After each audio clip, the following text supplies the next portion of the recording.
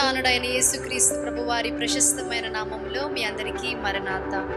జీవాహారము అనే అనుదిన ఆధ్యాత్మిక కార్యక్రమానికి ప్రేమతో మిమ్మల్ని ఆహ్వానించుచున్నాము. ఈరోజు వాక్యాన్ని బైబిల్ గ్రంథం నుంచి మనం ధ్యానించుకుందాము. అపోస్తలుడైన పౌలు ఫిలిప్పీలకు రాసిన పత్రిక 3వ అధ్యాయము 10 అలాగే 11వ వచనాన్ని చదువుకుందాం. ఏ విధము చేతనైనను మృతులలో నుండి నాకు పునరుత్థానము కలుగవలెనని ఆయన మరణ విషయములో సమానానుభవము గలవాడనై ఆయనను ఆయన పునరుత్థాన బలమును ఎరుగు నిమిత్తమును ఆయన శ్రమలలో పాలివాడనగుట ఎట్టిదో ఎరుగు నిమిత్తము సమస్తమును నష్టపరుచుకొని వాటిని పెంటతో సమానముగా ఎంచుకొనుచున్నాను. ఇక్కడ పౌలు భక్తుడు ఇలాగ అనుచున్నారు, knowing God and the power of resurrection is more important than any other thing in this world.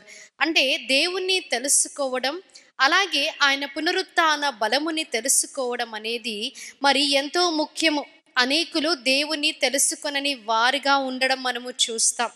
అంటే దేవుడు నిజమైన దేవుడని వాక్యం సెలవిస్తుంది. యోహాను రాసిన మొదటి పత్రిక 5వ అధ్యాయము 20వ వచనంలో మనము చూచినట్లయితే ఆయన సత్యవంతుడు అలాగే ఆయన నిజమైన దేవుడు అని వాక్యం సెలవిస్తుంది. ఆయనను మనము తెలుసుకోవాలి. ఇక్కడ మనము చూచినట్లయితే దేవుడు ఆయన బలాతిశయమును బట్టి యేసుక్రీస్తు ప్రభువారిని మృతుల నుండి లేపడం మనము చూస్తాం. ఆయన శక్తి సంపన్నుడు అని వాక్యము సెలవిస్తుంది.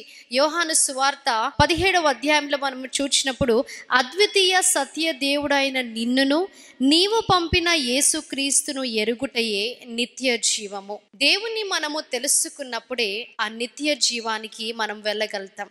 ఆయన మన నిమిత్తమై రక్షకుడుగా ఉద్భవించి మన పాపాల నిమిత్తమై ఆయన మరణించి ఉన్నాడు. దుర్నీతి పరులను నీతిమంతులుగా మార్చి ఉన్నాడు. ఆ నిత్య జీవము అనే ఫలమును మనకు దయచేసి ఉన్నాడు. మనం మరణించినప్పటికీ ఆ వాక్యం సెలవిస్తుంది, పునరుత్థానమును జీవము నేనే.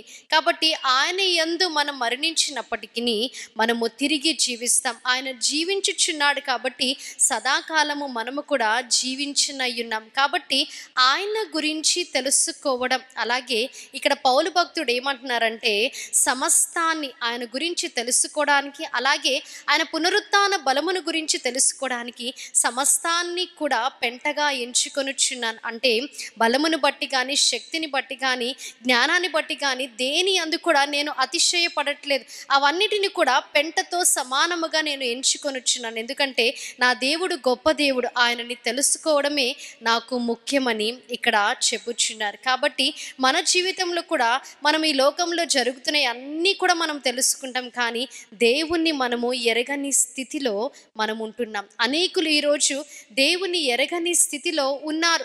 దేవుడు మనని ఎరిగి ఉన్నాడు. మన హృదయంలో ఒక తలంపు రాకముందే ఆయన మనని ఎరిగి ఉన్నాడు. కాబట్టి ఆయనను కూడా ఎరిగిన స్థితిలో మనం ఉండాలని ఆయన ఆశపడుచున్నారు. అందుకే ఇక్కడ పౌలు భక్తుడు చెప్పినట్లుగా మనము కూడా ఆయన పునరుత్థాన బలమును తెలుసుకునే వారముగా జీవించాలి. ఇటు వాక్యాన్ని దేవుడు మీ వినికిడిలో హృదయంలో భద్రపరిచి దీవించి ఆశీర్వదించునుగాక. ఆమేన్.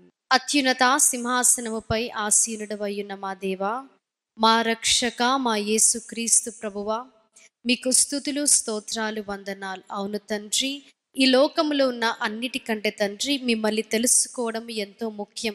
ఎందుకనగా అదే నిత్య జీవానికి మార్గమై ఉంది. కాబట్టి ఎందరైతే తండ్రి ఇంకను నిన్ను తెలుసుకొనలేదో ఈరోజు తండ్రి వాక్యం ద్వారా మీరు మాట్లాడి ఉన్నారు. విన్న వాక్యాన్ని వారి హృదయంలో మీరు భద్రపరిచి దీవించి ఆశీర్వదించండి. పౌలు ఎలాగైతే తండ్రి మిమ్మల్ని తెలుసుకోవడానికి సమస్తము కూడా నష్టముగా ఎంచుకొని ఉన్నాడు తండ్రి, అట్టి జీవితాలు ప్రతి ఒక్కరికి మీరు దయచేయండి. విన్న వాక్యాన్ని మీరు దీవించి ఆశీర్వదించి ఫలింపులోనికి మీరు తీసుకొని రండి. యేసుక్రీస్తు నామములో అడిగి వేడుకుంటున్నాం మా ప్రియ పరలోకపు తండ్రి. ఆమేన్. అందరికీ మరణాత. దేవుడు మిమ్మల్ని అందరినీ దీవించి ఆశీర్వదించు.